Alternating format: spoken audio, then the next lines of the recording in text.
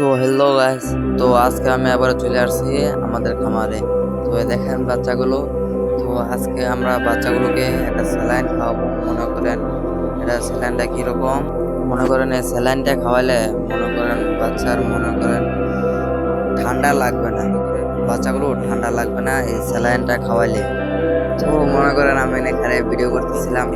তো এই যে এখানে আমাদের এখানে একজন লোক আসছে আমাদের বাচ্চাদের দেখতে বলতেছে তোদের বাচ্চা বড় হয়েছে কিনা। তো এই যে দেখেন ও চলে যেতেছে। দেখার পরে আমি বললাম না এখনো বাচ্চা বড় হয় নাই, বাচ্চা আনছি কিছুদিন ধরে, বাচ্চা আরো পালতে হইব 20-30 দিন আর কি, মনে করেন কিছুটা বলেছি। তো এখন কিন্তু আমাদের বাচ্চার বয়স 14 দিন। তো এই যে স্যালাইনটা দেখতেছেন শেফাবে, তো আজকে আমরা এটা মূলত খাওয়াবো।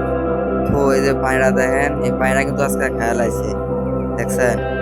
তো আর মনে করেন আজকে কিছু কিছু রাত পানি খাইছে, আবার কিছু রাত পানি খায় নাই, আদারও কম খাইছে। কারণ কিসের জন্য জানেন, মনে করেন কালকা রাত্রে কিন্তু প্রচুর বৃষ্টি হয়েছে, বৃষ্টির কারণে মনে করেন আজকে হালকা ঠান্ডা দিন, তো এর কারণে কিছু কম কম খাইছে।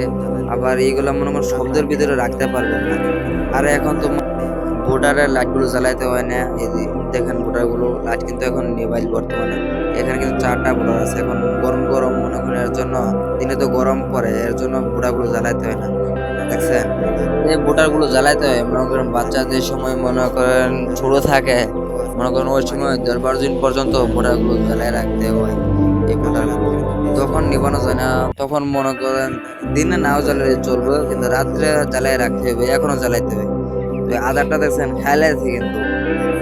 তো আমি তো আসছিলাম আদার পানি দিতে, কিন্তু এখন তো একটা সবই দিছে, তো এখন আর দিতেছি না। তো মনে করেন ভালো 1-1.5 ঘন্টা পরে দিব, এসব কিছু খায়া শেষ করবো। নাহলে তো মনে করেন এখন দিলে ওই ওষুধ দেওয়া পানিটা শুধু শুধু ফালাইতে হইব।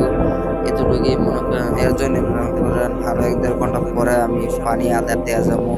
কেন তো মনে করেন চোজাগুলো কিন্তু উল্টা পাল্টা করে দিতে হয়, নাহলে প্রচুর গ্যাস হয়ে যায় এইগুলো। মনে করেন ব্রয়লার মুরগি তো মনে করেন পায়খানা করে বেশি, তো এর জন্য মনে করেন প্রচুর গ্যাস হয়ে যায়। তো আমাদের এখানে কিন্তু আরেকটা খামার আছে।